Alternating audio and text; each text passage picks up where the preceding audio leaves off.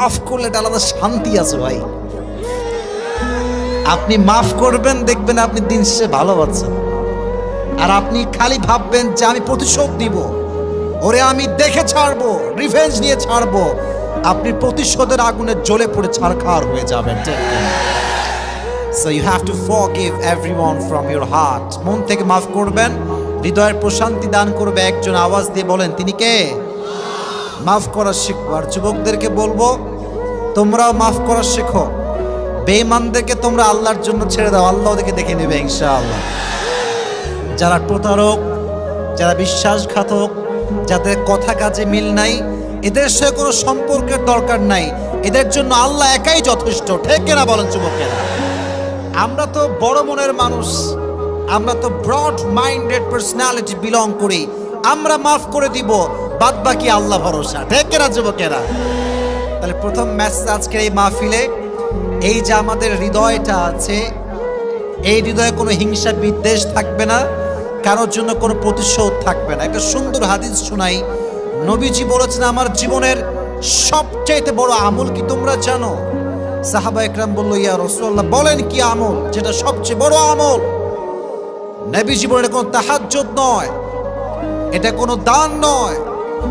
In ইসতাতা'তা আন তুসবিহা ওয়া তুমসিয়া ওয়া লাইসা ফি কলবিকা গশশুন লিআহাদিন ফাফআল যালিক ওয়া যালিকা মিন সুন্নতি ওয়া মান রাগিবা আন সুন্নতি ফালাইসা মিন্নি। নবীজি বলেন, আমার জীবনের সবচেয়ে বড় সুন্নাত আমল হচ্ছে তুমি এক রাত কিংবা একটা দিন এমন ভাবে অতিবাহিত করবে যে তোমার হৃদয়ে কারোর জন্য কোনো হিংসা বিদ্বেষ থাকবে না। এটাই আমার সবচেয়ে বড় আমল। সুবহানাল্লাহ পড়েন আপনারা। একজন সাহাবী যে সবাইকে মাফ করে দিত, নবীজি তার ব্যাপারে দুনিয়াতে তিনবার জান্নাতের সুসংবাদ দান করেছে। রংপুরের ভাইদের সুবহানাল্লাহ তো আসতে তো হইতে পারে না, জোরে সোরে সুবহানাল্লাহ পড়তে হবে তো। এজন্য আজ থেকে মাফ করব। রাজি আছেন তো ইনশাআল্লাহ? আল্লাহ আমাদেরকে এটা বোঝার তৌফিক দান করুক, পড়া আমিন। আর আসলে ভাই, রাস্তাঘাটের ব্যাপার অনেক কষ্টে থাকি, জ্যাম, মারামারি, কত রকম যে ঝামেলা, তবুও যে আল্লাহ আমাদেরকে নিয়ে আসছে, কথা বলার সুযোগ দিয়েছে। আল্লাহ যেন এইভাবে বাংলাদেশের প্রত্যেকটা প্রান্তে প্রান্তে আমাকে কথা বলার সুযোগ দান করে। সকলে পড়া আমিন। তবে এতটুকু বলতে পারি, আজকের ওয়াজ যে শুনবে তার জীবনের সমস্ত দুঃখ কষ্ট হালকা হয়ে যাবে। সুবহানাল্লাহ পড়লেন না আপনারা? এমনই একটি ওয়াজ করার নিয়ত করেছি আজকে ইনশাআল্লাহ। তবে আমি এতটুকু বলতে চাই, আমার অডিয়েন্স যেহেতু 90% বেশি যুবক ভাইয়েরা এসেছে, তো আজকের মোস্ট অফ দ্য টাইম আমরা যুবকদেরকে নিয়ে বেশি কথা বলবো আজকে ইনশাআল্লাহ। তো তোমরা যারা ডানের যুবকেরা আছো, এখানে হাজার হাজার যুবক এসেছো, আমি একটা আমানত দিচ্ছি, আমার আমানত রক্ষা করবা। আমানত হচ্ছে, আমি যখন কথা বলবো বাড়তি কোনো সাউন্ড করবেন না আমার কথা ছাড়া। যদি আমি কোনো রেসপন্স চাই তাহলে আমাকে উত্তর করবেন, বাদ বাকি কোনো আওয়াজ করা যাবে না। বলেন ইনশাআল্লাহ।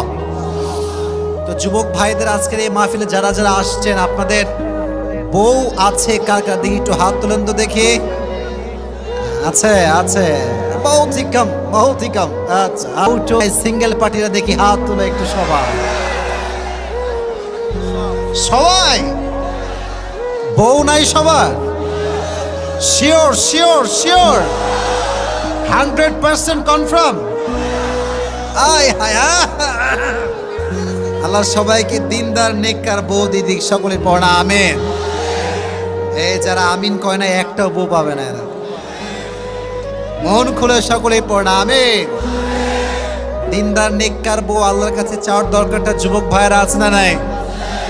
তবে এটা মাথায় রাখবা, তুমি বিয়ের আগে 3টা প্রেম করবা, তোমার বউ 10টা প্রেম করে তোমার বাসায় আসবে। তুমি 4 ঘাটের পানি খাবা, তোমার বউ 14 ঘাটের পানি খেয়ে তোমাকে বিয়ে করবে।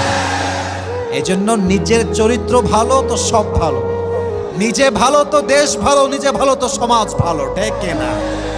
আল খাবিথাতু লিল খাবিথিনা ওয়াল খাবিথুনা লিল খাবিথাত ওয়াত তাইয়িবাতু লিত তাইয়িবিনা ওয়াত তাইয়িবুনা লিত তাইয়িবাত।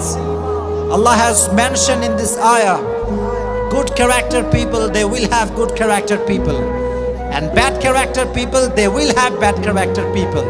যে ছেলে যেমন হবে তার বউ তেমন হবে। কথা ঠিক আছে কিনা যুবক ভাইরা? জোরে বলতে হবে। এজন্য আমরা প্রথমেই মাথায় রাখি এইটা, ভালো জীবন সঙ্গিনী পেতে চাইলে নিজেকে আমরা পবিত্র রাখবো। রাজি আছেন তো ইনশাআল্লাহ?